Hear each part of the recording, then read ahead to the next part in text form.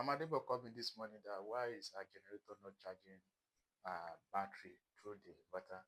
Now, these are the reasons why our generator is not charging our battery. The first thing to look at is to check the frequency of the generator.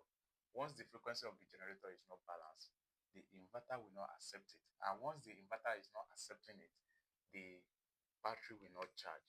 That is, if the frequency is not balanced, that generator frequency is not always balanced, it's always going up and going down.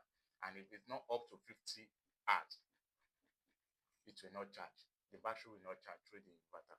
So once you had the complaint that why is my generator is not charging my battery, one of the things you need to check is to check the frequency. Once you check the frequency, what is the value of the frequency, then you'll be able to say the decide if the generator is actually the problem or the inverter. Another thing is to check the voltage. Most of the generator voltage as well is always low, below what the inverter can use. Now, inverter always accepts 220 volts here in Nigeria or here in Africa, 220 volts.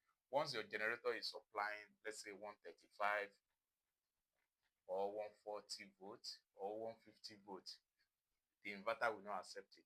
And once the inverter is not accepting it, the battery will not charge. The third thing to check is to check the size of the generator. Some people will be using 5 kV inverter. They want to use early pack generator of 3,800 watt to charge the battery. It's not possible. If you are using a 5 kVA inverter, you need at least 10 kVA generator.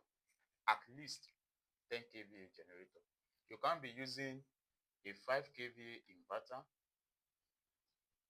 and you are expecting a 3.5 kVA generator to power that inverter. No, it's not possible.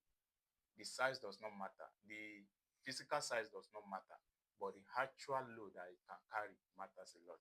If your inverter is 3.5 kVA, you need a generator like almost times 2 of this value, which is like 7.5 kVA generator, before it will charge the battery, before the inverter can accept it.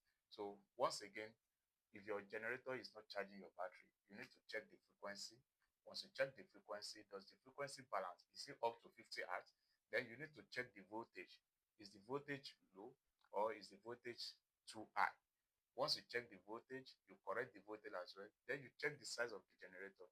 Is the generator enough to power this inverter? If it is enough, then you go ahead with it. If it's not enough, that means you must not stress